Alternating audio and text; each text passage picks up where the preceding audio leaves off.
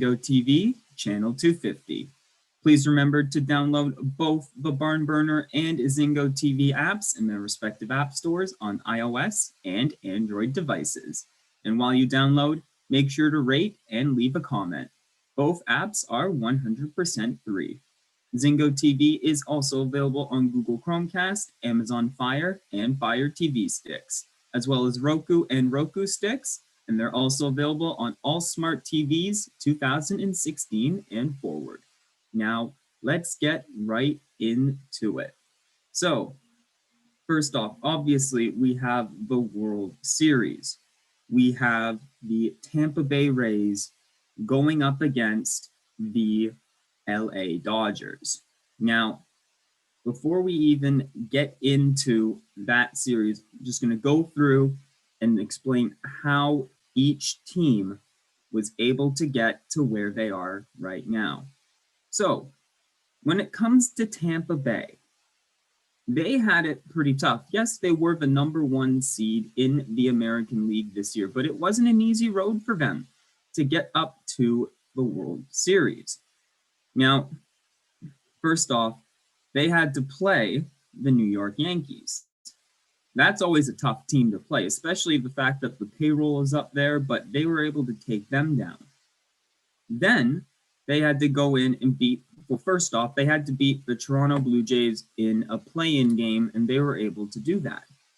Then they had to go in and they had to beat the Jays in the series. Then they had the New York Yankees, and they were able to take that series, and I believe that was it was a 3-2 series. Then Tampa Bay had to take on arguably one of the underdog teams in baseball this season, and that is the Houston Astros. No matter how much I hate to say it, they are still a good team. They supposedly didn't cheat this year, and Tampa Bay was able to take them down, actually, with a little bit of a struggle. That one went to 7 games, but Tampa Bay was able to take it to move on to the World Series. And then we have the Los Angeles Dodgers. Their path was even a little weird as well. So, the Dodgers, what they had to do in order for them to be able to get to the World Series, they first off had to beat the Milwaukee Brewers, and they were able to do so. Then they had to ultimately, once they were able to beat the Brewers, they had to go in and play the San Diego Padres. And that series went by about as quick as you would think it would go, really. 3-0, pretty easy, pretty typical, and yeah. And then they were able to go up again against the Atlanta Braves, and this is the one series where you look at it and you think, are they going to possibly blow it? Is this going to be another typical, the Dodgers are going to blow it, they're not going to win the series, right? It was actually Atlanta this year to do that. Atlanta had a 3-1 series lead going in to game number 5. And then ultimately the Dodgers were able to win 7-3, 3-1, and 4-3 in game 7 to advance to the World Series. So now that we know how both teams have gotten here, we're going to now go straight in to the World Series and what we have so far. So, game number 1 prevailed between Tampa Bay and the Los Angeles Dodgers. This game took place on Tuesday, on October 20th, and frankly, this is one of those games where it's a World Series game, so of course it has to be taken 100% seriously, but at the same time, you look at it and you think this is a game where whoever wins game 1 has the momentum going forward. They're going to have all the momentum going forward, and especially if the Dodgers team with this type of offense is able to go in and take game 1 like that, right? They're able to kind of have an advantage and be like, okay, we have the advantage, and now let's see if we can just end the series quickly. And game 1 prevailed for the Dodgers. They needed to score runs, and it's all about the offense for them and how good it is. And it really showed up in the 4th, 5th, and the 6th inning of this game. And really, like, you come in and you see Mookie Betts put up RBIs, Cody Bellinger, of course, putting up RBIs, Chris Taylor, Enrique Hernandez putting up an RBI, Will Smith even putting up some runs, Max Muncy putting up ribbies.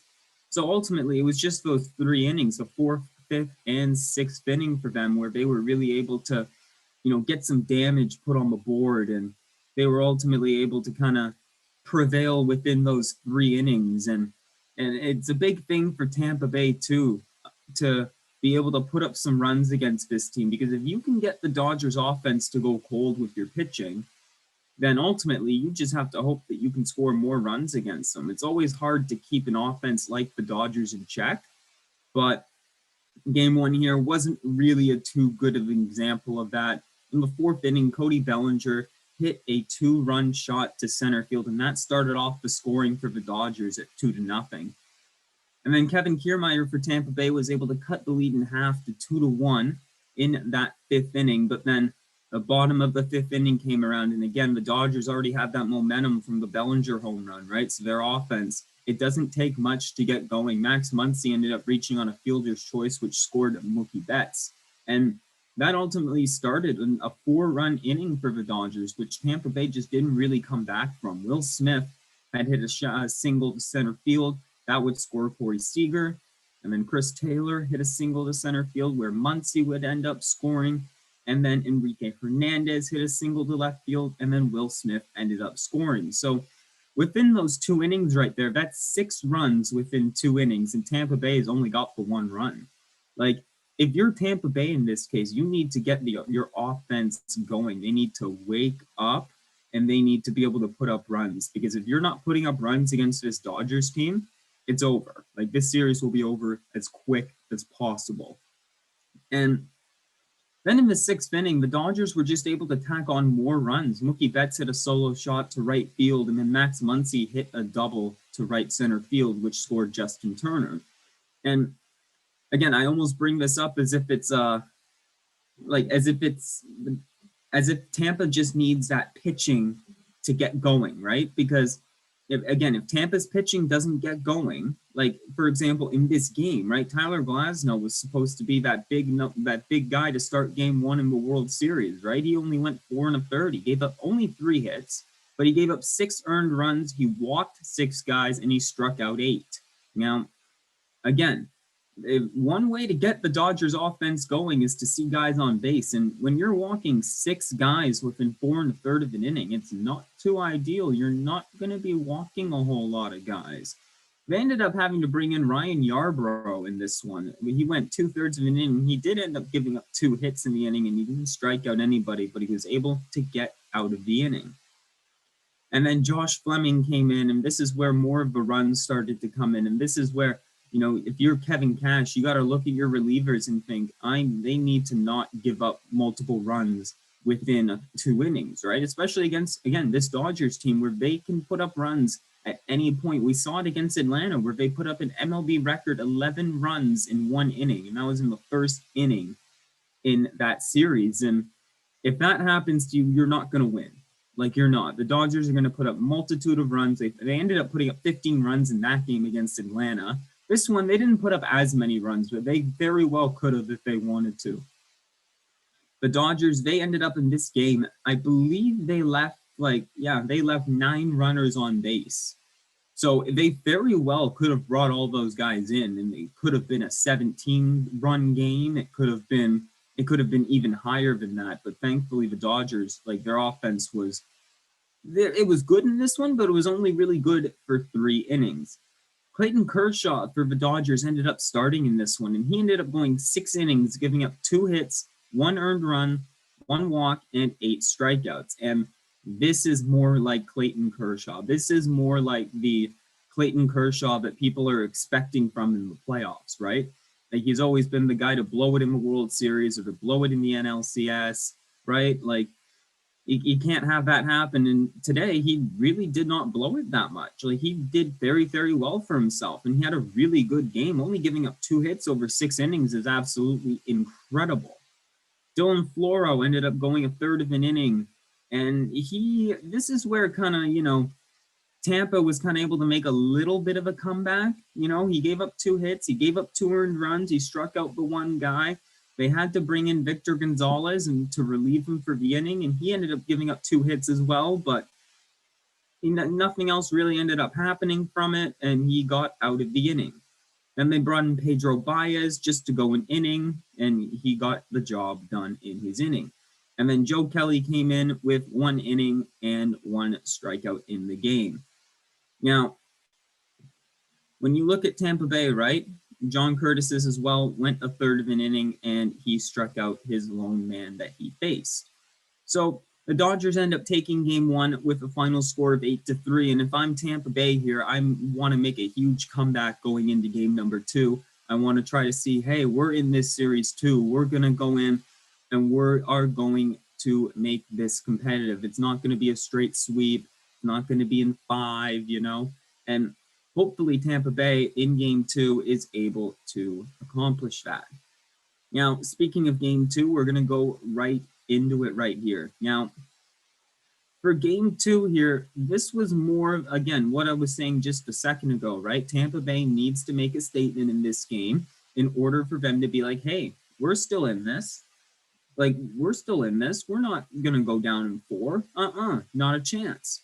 And Tampa Bay got the scoring started real early in this one. First inning, they were the ones to score first. Brandon Lau hit a home run to left center field. That made it 1-0 early. And then in the 4th inning, Joey Wendell ended up doubling to deep right center field, and Manuel Margot and Ji-Man Choi ended up scoring on the play, and that made it 3-0 for Tampa Bay going into the 5th. Then going into that 5th inning, Brandon Lau hit his 2nd home run of the game with a home run to left field, and Austin Meadows ended up scoring on the play. This made it 5-0 Tampa Bay going into the bottom of the 5th inning. Right? And then Chris Taylor ended up hitting a 2-run shot to right field for the Dodgers. That cut Tampa's lead down to 5-2.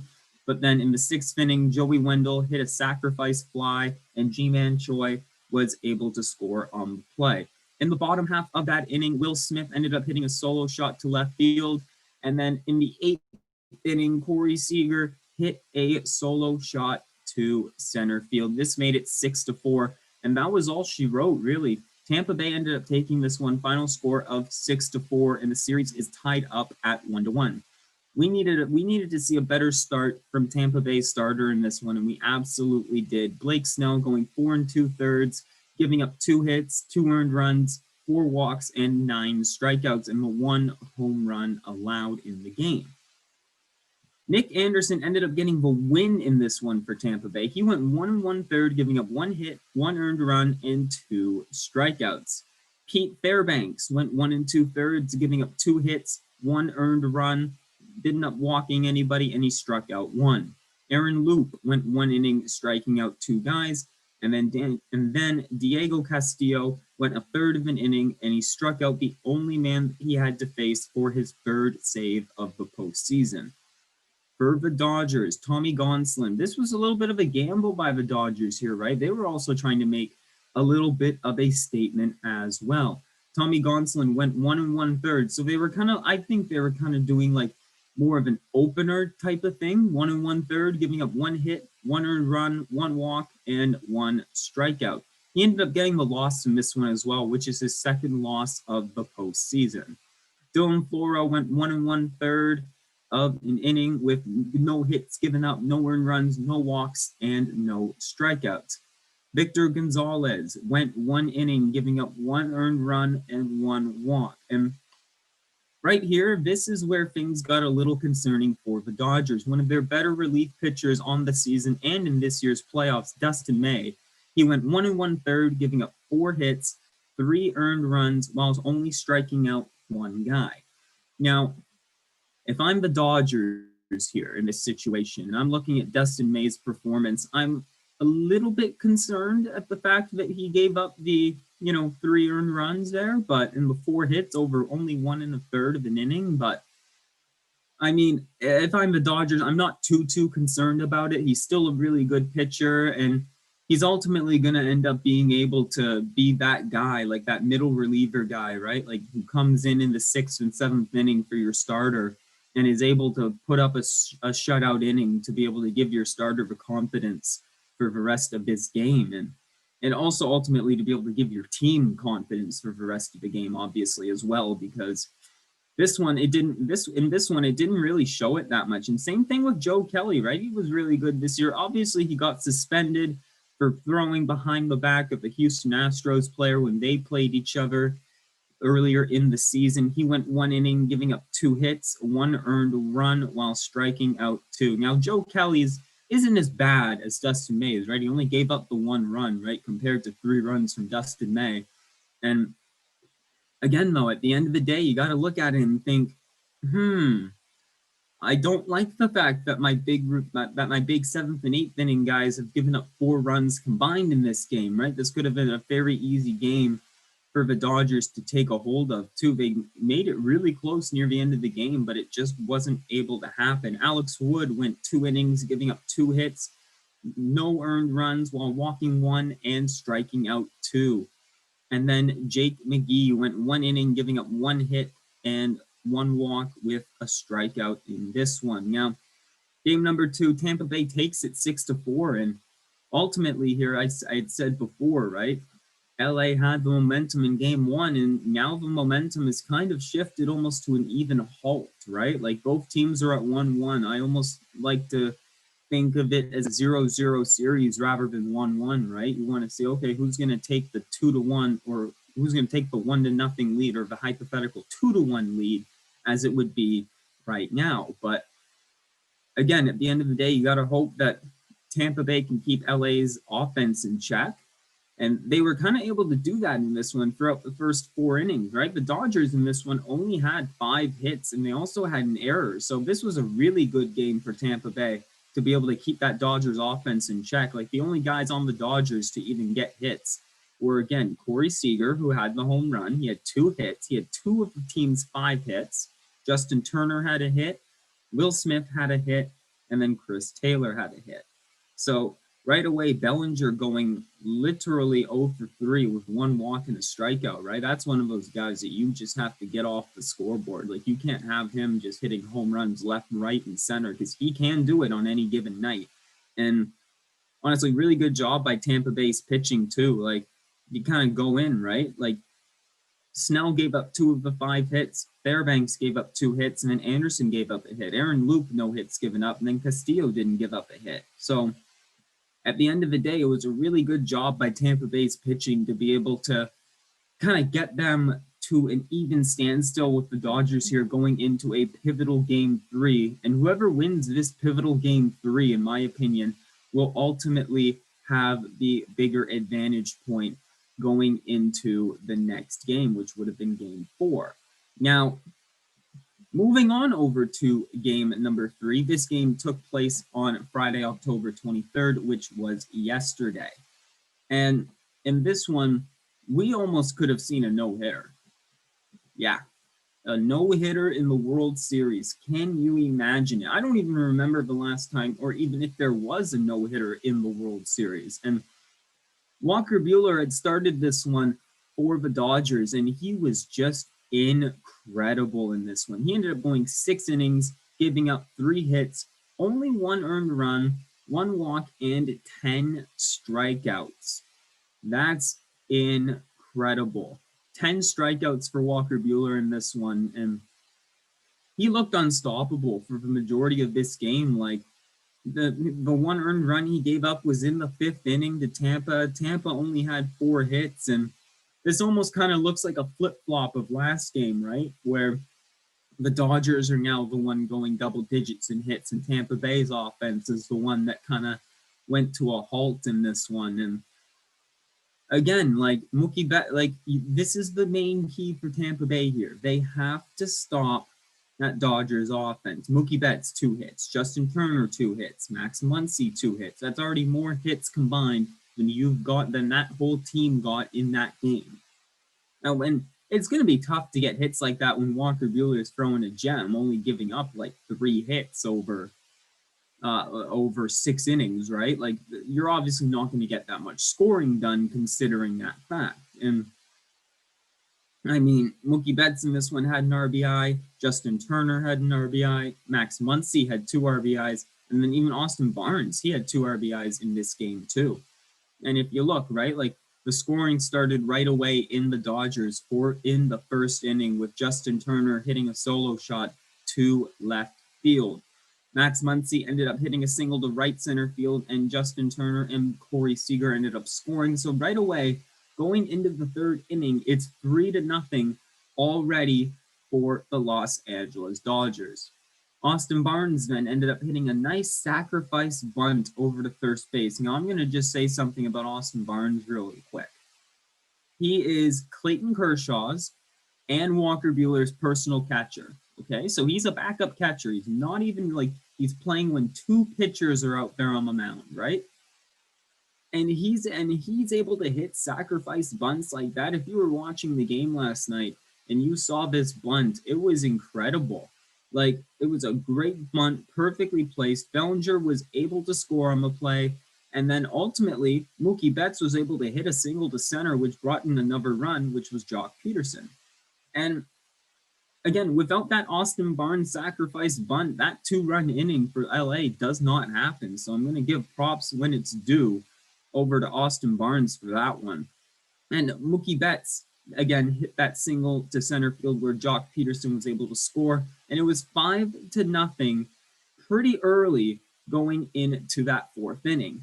Now, into the 5th inning we go, and Tampa Bay was able to finally score their first run of the game, courtesy of a Willy Adames double. That was to deep left, and Manuel Margot was able to score. And honestly, I would have thought that would have been the end of the day for Walker Buehler, but he ended up pushing through the inning, and he ended up going through 6 innings, which fair play to him.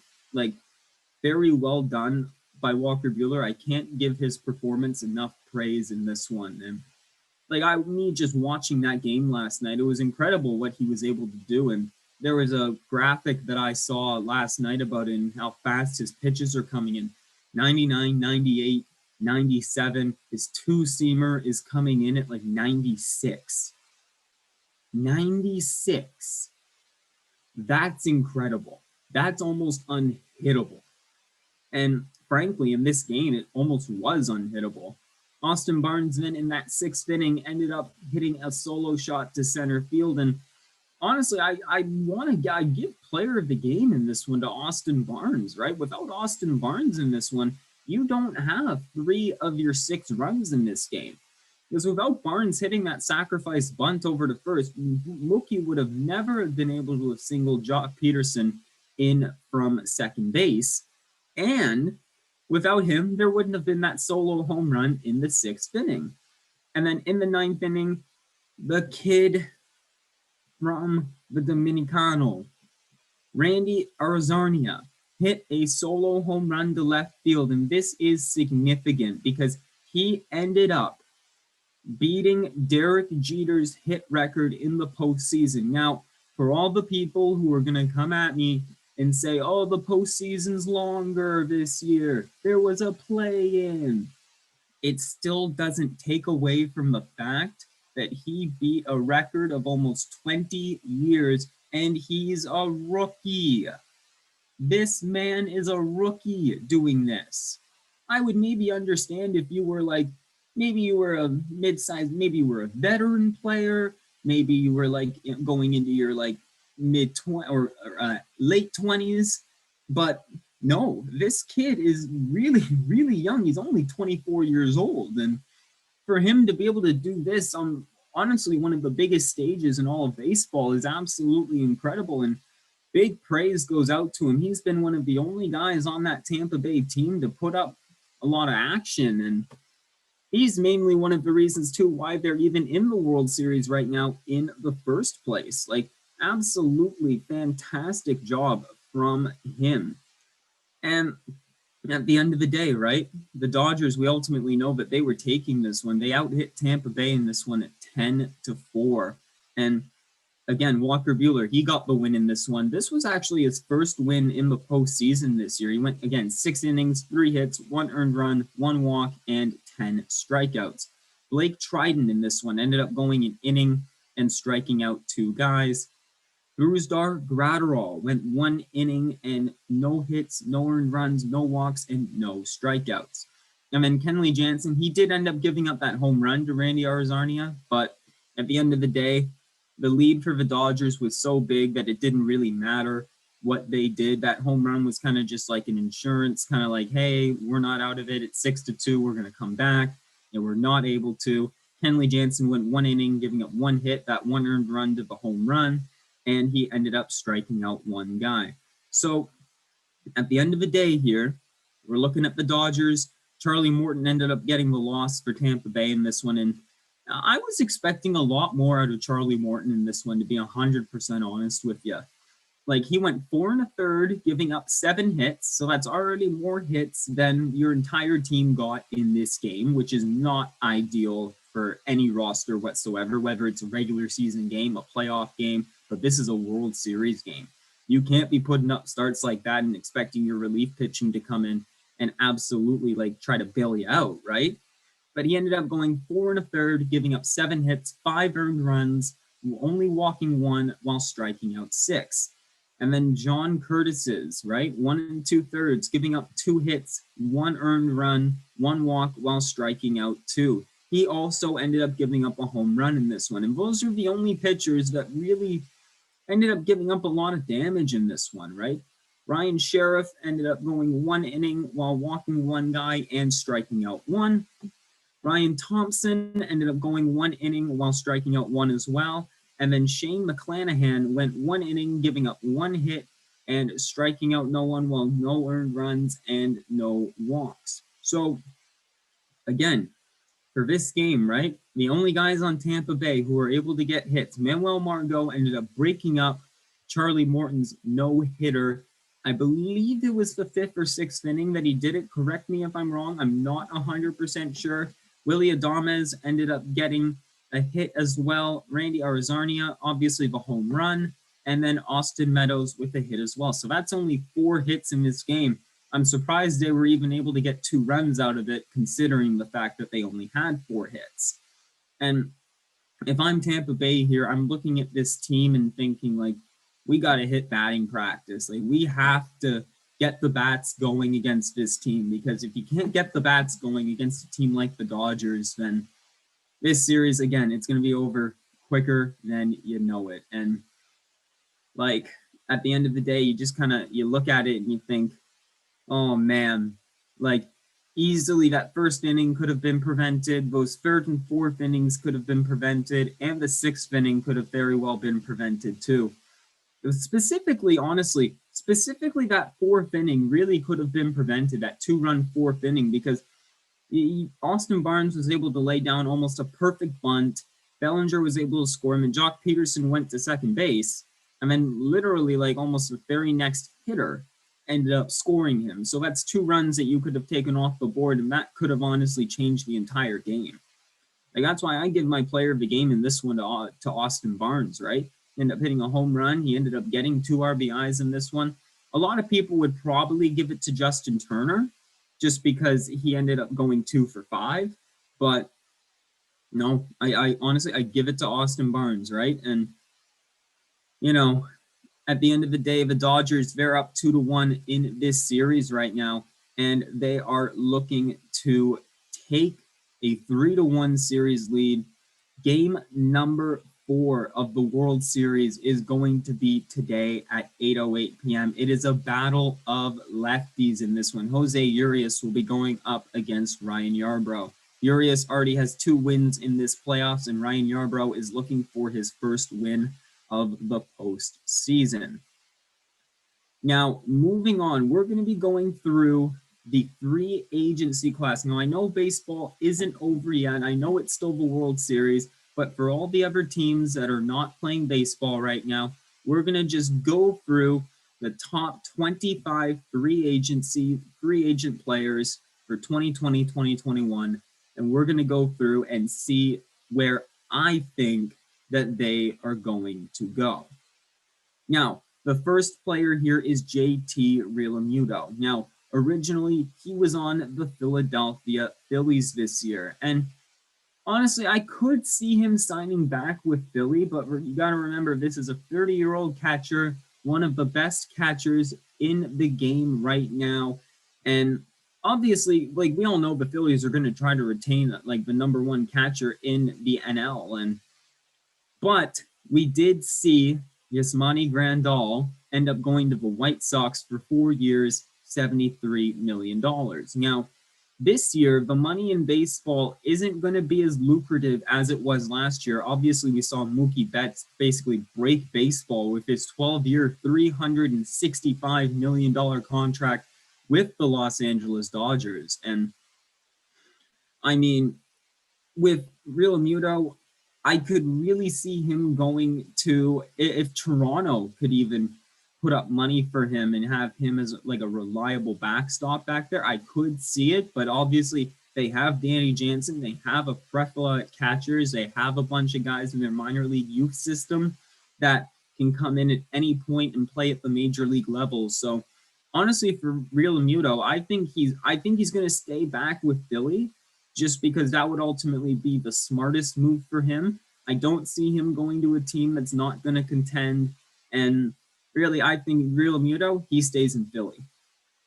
Now, here is arguably probably the biggest player in this free agency so far, and honestly, the biggest troll of free agency so far, and that's Trevor Bauer, the Cincinnati Reds pitcher. He's the 30-year-old right-hander, and Bauer's got really, really good stuff, right?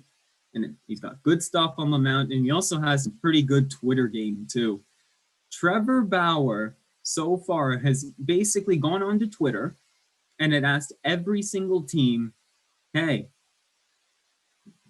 why do you want me? Why do you want me on your team? And this is honestly, it's next level trolling, but it's also a next level marketing strategy for him because the teams, like a lot of players in the league have actually responded to him on Twitter and said, hey, come here for this, this, and this, and this, and this, and so on and so forth. And he's been able to kind of go through his options now. I don't think he's going to stay in Cincinnati.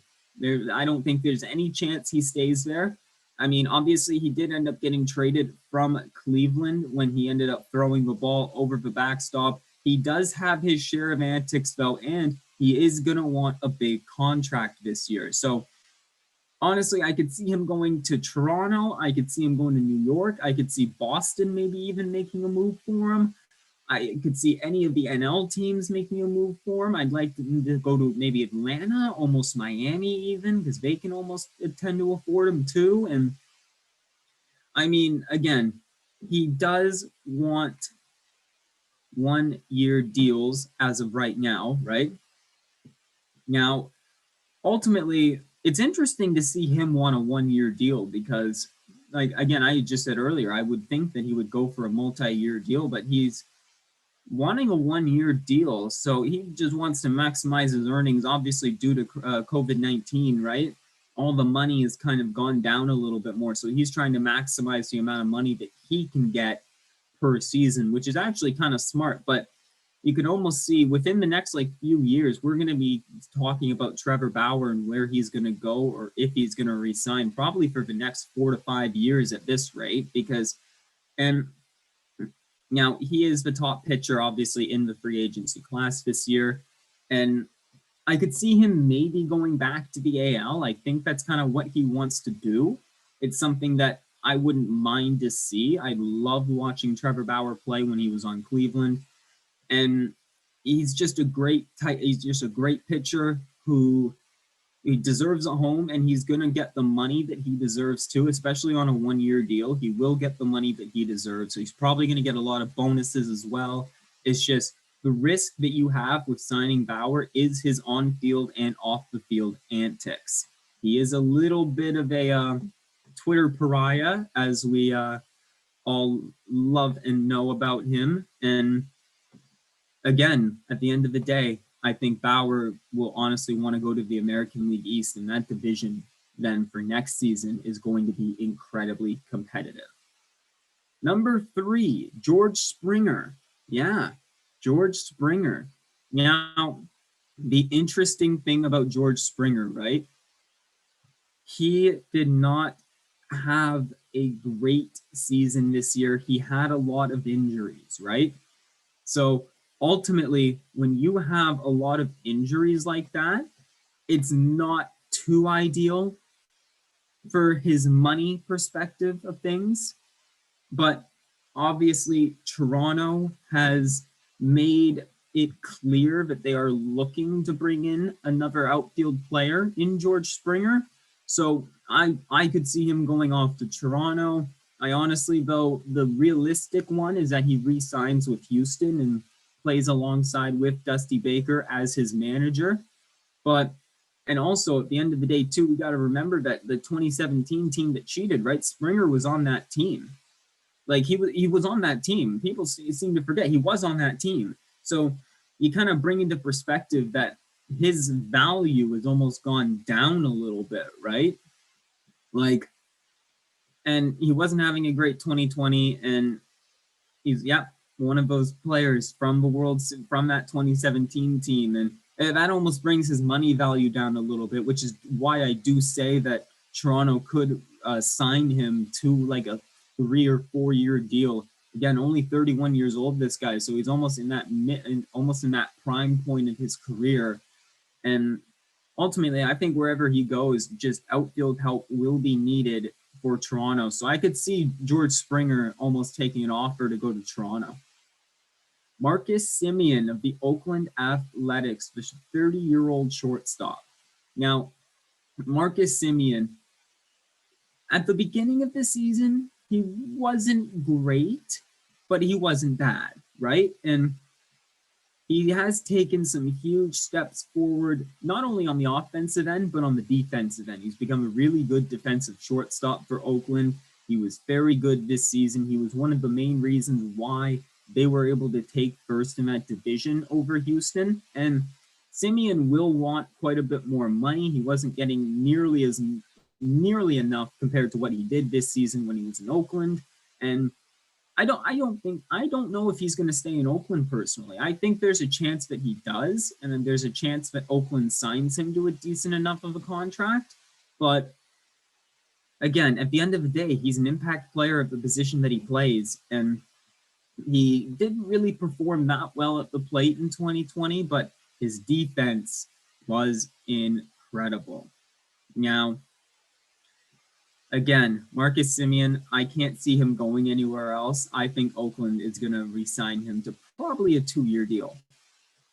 Number 5, Marcell Ozuna. Ozuna, if I'm Ozuna right now, I'm not happy with how Atlanta played against the Dodgers. You blew a 3-1 series lead. You are a part of that problem. That tag will be on him now going into next season. And he did end up signing the 1-year, $18 million contract in Atlanta, and he did better. He had an OPS of around 900, and not that great of a defender. But, however, if the National League does end up going through with the DH type of rule, then he's going to become way more valuable in the National League. But I can only see Marcell Ozuna going to the American League to be kind of a designated hitter because his defense is not the best out there. Now, which American League team? Again, Toronto needs a kind of a rotational outfielder, right? And again, I'm not saying he's going to play outfield, right? I'm saying he's going to play DH. So at the end of the day, I know Toronto kind of already has like their DH of the future. So Ozuna, I can't really see him going to Toronto. I could see him maybe going to the dark side and going over to like New York or Boston, a team like that. We could honestly maybe even see him go to kind of like a low-level team in that American League. And at the end of the day, we'll just have to see. But I think Marcell Ozuna is going to take his talents from the NL to the AL. Now, DJ LeMahieu. Now, if I'm the Yankees here, I am signing DJ LeMahieu as soon as possible, right? If he ends up leaving that team, there's your leadoff man gone. And that's not ideal. for any team. And LeMahieu, he ended up signing a 2-year, $24 million contract with the Yankees in 2019, and he posted a 142 OPS, and he provided multiple positions at the infield. He can play second, he can play first, you can even play third base, multi-dimensional. I can't see the Yankees ever wanting him to leave. So I think the Yankees are ultimately, they're going to re-sign DJ LeMahieu here for sure. He's a 32-year-old infielder, can play almost everywhere in that infield. He was playing a lot of first base, particularly for New York. He was also playing second base as well. So he's going to be a guy that's really, really well wanted in the league. So it's going to be tough for New York to be able to sign him. I think New York would ultimately, for them to have to keep him, they may almost have to overpay for him, but almost at the end of the day, it's almost worth it when you look at the numbers that he had put up within the past 2 seasons. Now, here's a guy that Jays fans are going to remember, whether in a good way or even a bad way, Marcus Stroman, the 29-year-old right-handed pitcher from the New York Mets. Now, again, he's not one of the biggest pitching surprises here, but the reason why I include him in this list is because there's potential that he could go back to Toronto, and I really wouldn't mind that here. I honestly wouldn't mind it. Some Jays fans would be like, no, I don't want him back here. He left us. He betrayed us. No, I don't think he betrayed you. I think the Jays betrayed him by trading him. I think it was honestly a mistake for Toronto to trade him. He was a really good pitcher, but at the end of the day, I see why they had to trade him, because like they needed better prospects. They needed, like they were rebuilding. And then obviously with COVID-19 happening, they had no idea that they were even going to be in the playoffs. And again, with Rob Manfred potentially keeping the playoff format from this season going into next season, honestly, I think great move for Toronto would be to sign Marcus Stroman. You could even get him for a little bit of a cheaper deal too, so it's not going to affect your money status going forward. Now, obviously, I'm saying a lot of these guys could go to Toronto. They're likely not going to go to Toronto, but that's just a move to me that would make a lot of sense. Now, the number 8 spot, Didi Gregorius, the Philadelphia Phillies shortstop, the 31-year-old. Now, Gregorius had a 1-year, $14 million contract from the Phillies, and it was his first season removed from Tommy John surgery back when he was in New York. And man, was his bat on fire. Man, was his bat fantastic. And Gregorius is the type of guy who's going to get a lot of hits in this league, right? That's obvious. It's very obvious. And his strikeout rate is at basically an MLB low at 10.4%. So this is a guy who's not going to strike out too much. This is a guy who has power on the bat. And like, if you were watching Jays Yankees games in the past couple of years,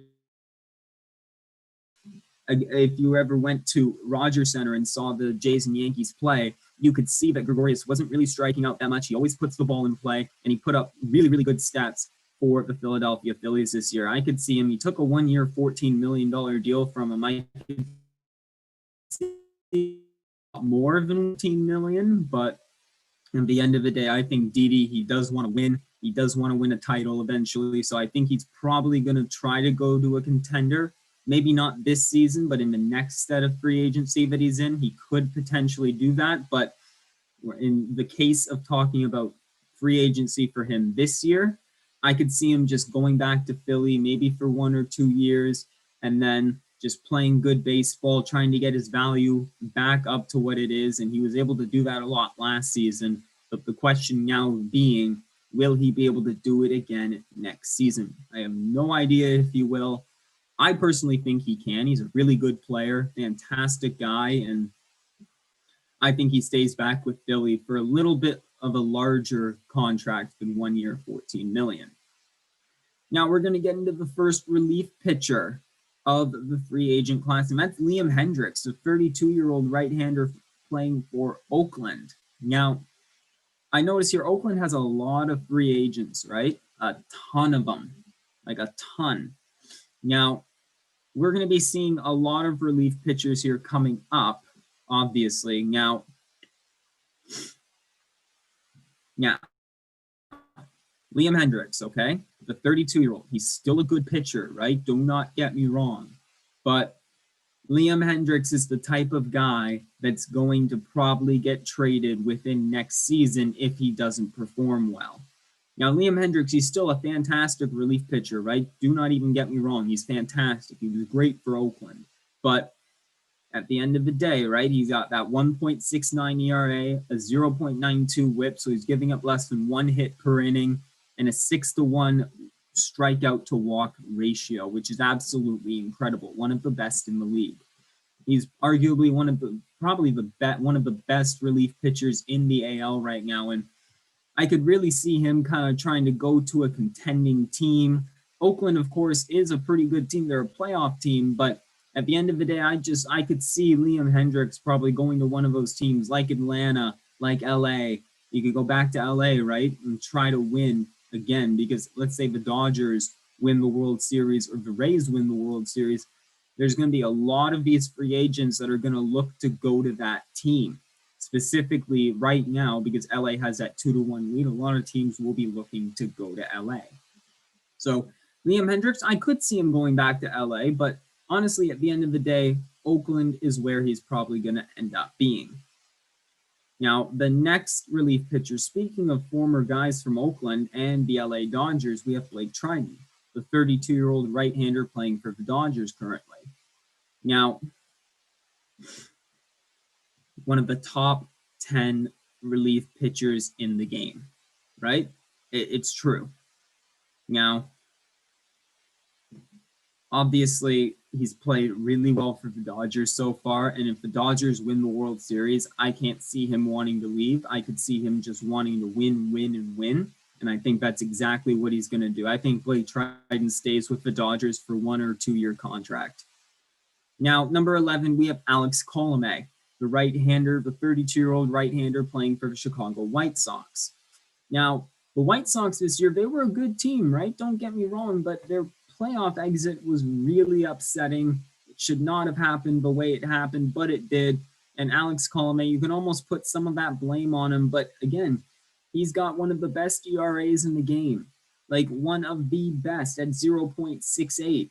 And he's also got one of the lowest weighted on base percentages in the league too at 247, which is absolutely incredible.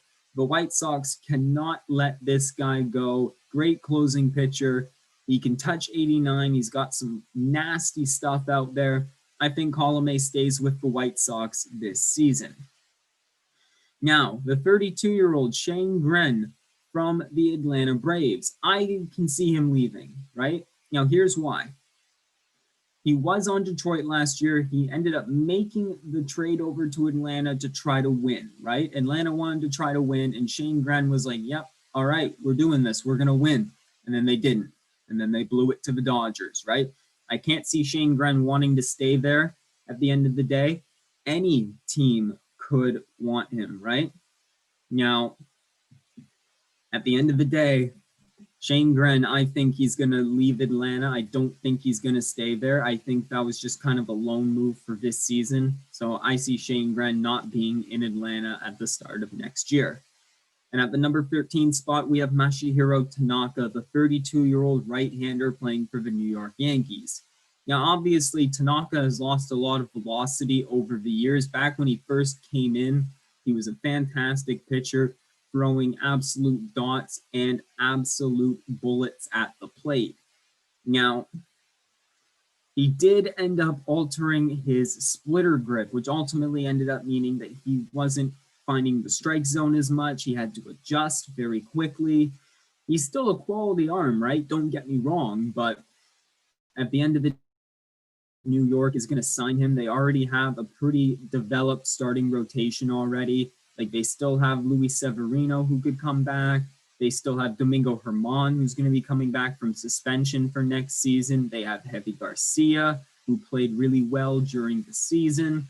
So at the end of the day, I cannot see him at all being in New York for next season. I can see him going over to the National League, and it's going to be a lot cheaper of a contract, right?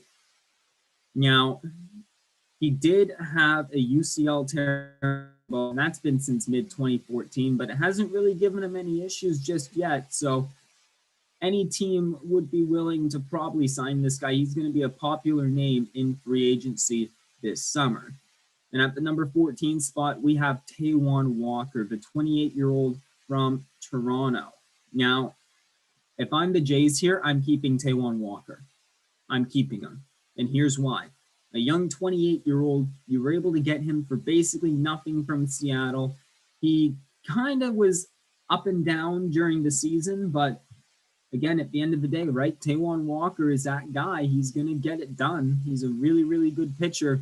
A shame he had to be in Seattle for that long, but I honestly can see Toronto re-signing him to maybe a 2 or 3 year contract. The market, though, for free agency is, again, like I mentioned before, it is kind of up in the air right now. So I think he takes like a 1 or 2 year deal. And then when he's 30, if he plays really well, he's going to look for a big contract once the money situation in all of sports gets settled.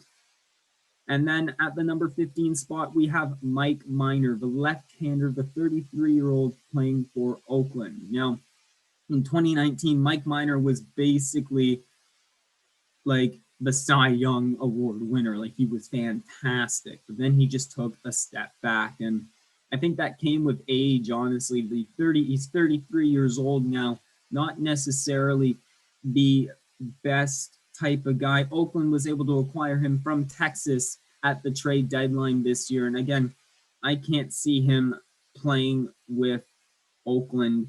His age, of course, being 33 years old, it will limit his contract a little bit, but he's still a pretty good left-handed arm that any team would want as a 4th or 5th starter on a contending team.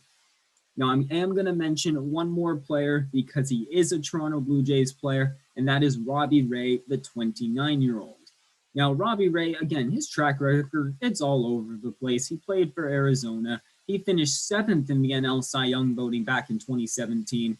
And then he just looked bang average in 2018-19. And then he was not good at all for the Diamondbacks during the season when he played for them. 31 walks in 31 innings. That's a walk per inning. And Toronto was able to kind of grab him for basically nothing, and they kind of revitalized him, and he played really, really well for Toronto, in my opinion. And again, I think that's a guy that Toronto absolutely needs to re-sign. So those are some of the top free agents for the MLB season. And that will be the end of our show today. World Series, Dodgers have the 2-1 lead. Game will be on tonight at 8 o'clock. It's a battle of the lefties. Who do you think is going to win this one, the Dodgers or the Rays? Please let me know. Now, this show can be heard on the BarnBurner Radio Network on its 122 platforms. Please check out barnburner.ca for all news. BarnBurner. Watch it, hear it, read it, download it, live it.